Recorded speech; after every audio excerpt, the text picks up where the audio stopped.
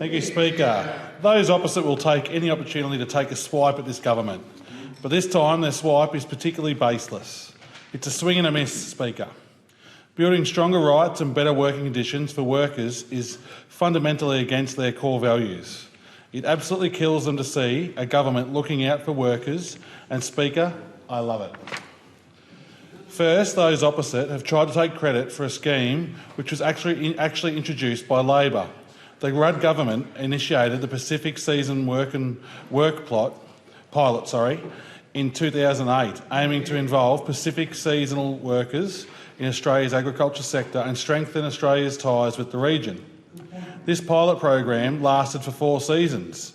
In 2012, the Gillard government expanded this initiative and transformed it into a significant permanent program known as the Seasonal Worker Program, SWP. The SWP maintained its original focus on short-term seasonal work. In 2018, the Coalition Government introduced a longer-term program called Pacific Labour Scheme, which allowed Pacific workers to come to Australia for up to 4 years and work in various industries located in regional and rural areas. In 2021, the Coalition Government decided to consolidate both the Seasonal Worker Program and the Pacific Labour Scheme under a unified program called the PALM Scheme. So claiming that the Coalition can solely take credit for establishing the Pacific Labour mobility is completely untrue. Speaker, they try to slam our changes to the scheme and make out like we're leaving it in a shambles, when what we are doing is making it stronger. We are committing to increasing protections and getting rid of exploitation of migrants. The reality is, right now, workers under this scheme are vulnerable. They're stuck with an employer, unable to leave at their choice, and being able to be without work, sometimes for weeks, entirely at the say of their employer. These workers leave their home, their families, their communities to benefit of employers in Australia.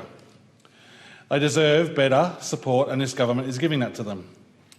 These changes are driven by the Pacific and Timor-Leste partners, highlighted that low work hours is a major factor in discouraging workers. If workers are going to give up everything to come to Australia, they need to earn enough money each week to support themselves and support their families and communities back at home. But right now, the conditions of the PALM Scheme visa prevent workers from being able to get other work if their employee is unable to give them enough work hours. This isn't fair on the workers, and it's not achieving what the PALM Scheme is set out to achieve. And these changes are good for employers too. They mean that the workers are less likely to be disengaged and help create a workforce that is reliable.